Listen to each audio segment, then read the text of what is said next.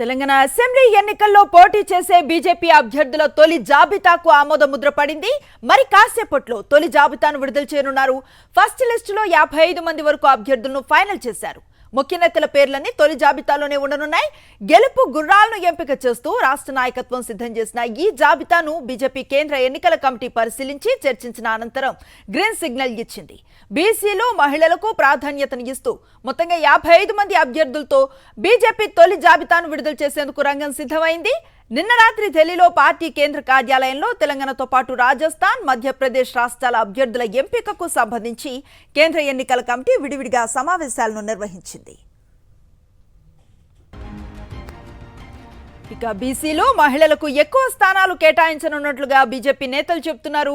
ఎంపీలతో పాటు ముఖ్య నేతలందరినీ అసెంబ్లీ బరిలో నిలబెట్టేందుకు అధిష్టానం సిద్ధమైంది. అయితే కిషన్ రెడ్డి, లక్ష్మణ్ మాత్రం అసెంబ్లీ బరిలో నిలిచేందుకు విముఖతను ప్రదర్శించినట్లుగా సమాచారం. ఇక కరీంనగర్ నుంచి బండి సంజయ్, గద్వేల్ నుంచి ఈటల పోటీపై క్లారిటీ వచ్చినట్లే తెలుస్తోంది. కోరుట్ల నుంచి ధర్మపురి అరవింద్ పోటీ చేస్తున్నట్లుగా బీజేపీ అధిష్టాన వర్గాల ద్వారా తెలుస్తోంది. మరోవైపు గోషామహల్ ఎమ్మెల్యే రాజా సింగ్ పై బీజేపీ సస్పెన్షన్ ఎత్తివేసింది. అంతేకాదు తొలి జాబితాలోనే రాజా సింగ్ పేరును ప్రకటించనున్నట్లుగా తెలుస్తోంది. అభ్యర్థుల ఎంపికలో బీజేపీ సామాజిక న్యాయం పాటిస్తోందని ముఖ్య నేతలు చెబుతున్నారు. ముఖ్యంగా బీసీలకు పెద్దపీట వేయాలని నిర్ణయించిన బీజేపీ అధిష్టానం తొలి జాబితాలో ఆ వర్గానికే ఎక్కువ సీట్లు కేటాయించినట్లుగా తెలుస్తోంది. తొలి విడతలో 20కి పైగా సీట్లను బీసీలకు కేటాయించనున్నారు. ఓవైపు అభ్యర్థుల ఎంపికపై కసరత్తు జరుగుతుంటే ప్రచారంపైన బీజేపీ అధిష్టానం ఫోకస్ చేసింది. ప్రధాని నరేంద్ర మోదీ సహా కేంద్ర మంత్రులు, బీజేపీకి చెందిన కీలక నేతలు తెలంగాణ ఎన్నికల ప్రచారంలో పాల్గొనున్నారు. మొత్తం మీద తెలంగాణ బీజేపీ అభ్యర్థుల తొలి జాబితాపై ఉత్కంఠ నెలకొంది. 55 స్థానాల్లో అభ్యర్థులను మరి కాసేపట్లో ప్రకటించే అవకాశం కనిపిస్తుంది. ఇందులో కీలక నేతల పేర్లు కూడా తొలి జాబితాలోనే బయట వచ్చే అవకాశం కనిపిస్తుంది. పూర్తి సమాచారం మా కరెస్పాండెంట్ ఢిల్లీ నుంచి వెంకటేష్ లైవ్ ద్వారా అందిస్తారు. వెంకటేష్, సామాజిక న్యాయం, బీసీల మంత్రం ఆధారంగా బీజేపీ తన ఎన్నికల అభ్యర్థుల జాబితాను ప్రకటించబోతోంది. ఈ మేరకు ఇప్పటికే జాబితాకు కేంద్ర ఎన్నికల కమిటీ ముద్ర వేసింది. సో కాసేపట్లోనే ఈ జాబితా వెలువడేటువంటి అవకాశం కనబడుతోంది. నిన్న సుదీర్ఘంగా సమావేశం జరిగింది. ప్రధానమంత్రి నరేంద్ర మోడీ అధ్యక్షతన జరిగిన ఈ సమావేశంలో కీలక నాయకులందరూ కూడా పాల్గొన్నారు. దాదాపు 3-4 గంటల పాటు తెలంగాణకు సంబంధించినటువంటి అభ్యర్థుల ఎంపిక పైన చర్చించారు. అలాగే మేనిఫెస్టో ప్రచారం పైన కూడా కొంత మేర చర్చ జరిగింది.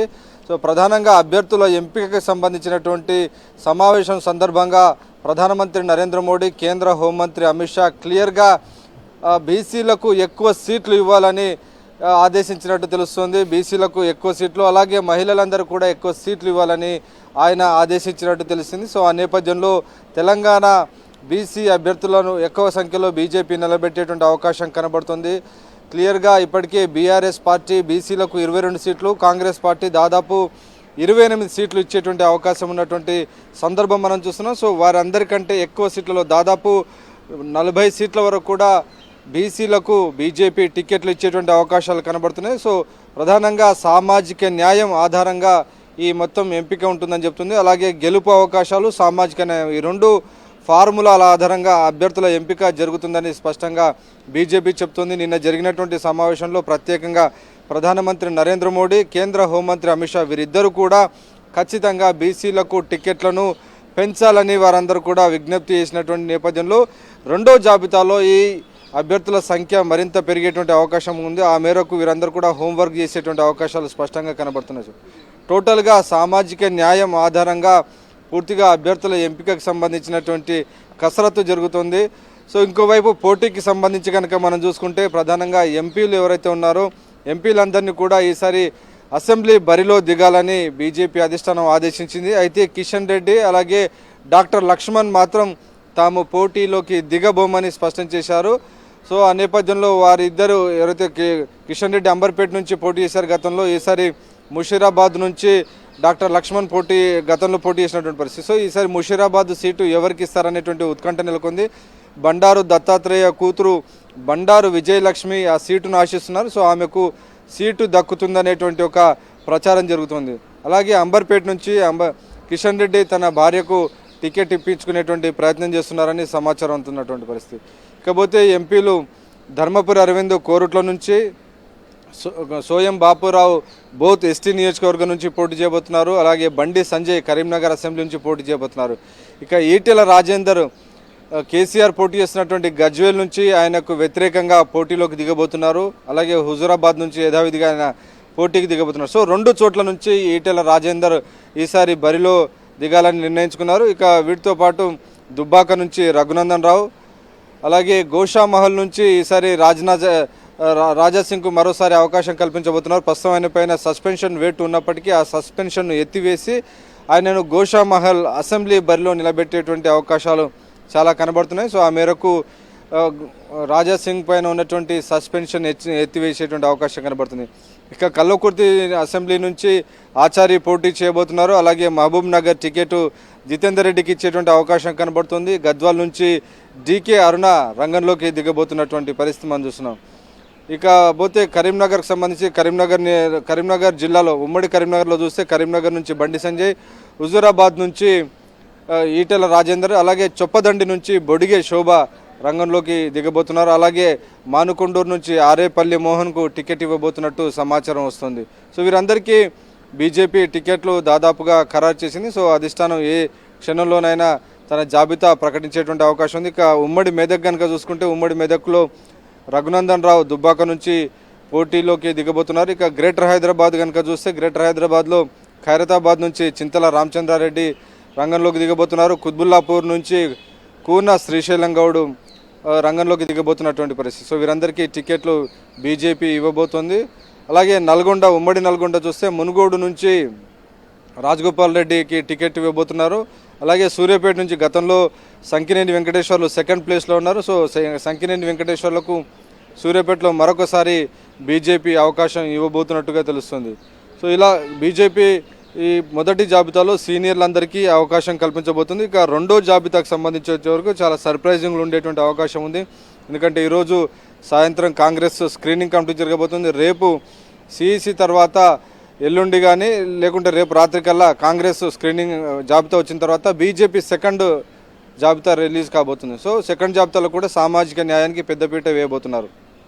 Right, thank you Venkatesh. మొత్తం మీద ఇవాళ విడుదల చేసేటువంటి అభ్యర్థుల జాబితాలో మొత్తం 50 మంది పేర్లను ఖరారు చేయబోతున్నారు. రెండో విడత ప్రకటించే అభ్యర్థుల పేర్ల విషయంలో కొంత సస్పెన్స్ నెలకొంది. ఖచ్చితంగా సర్ప్రైజింగ్ పేర్లు బయటికి తెలుస్తాయన్న విషయం చెప్తూ ఉన్నారు. అలాగే ప్రస్తుతం హైదరాబాద్ బీజేపీ కార్యాలయం నుంచి మా కరెస్పాండెంట్ విక్రమ్ మనకు లైవ్లో అందుబాటులో ఉన్నారు.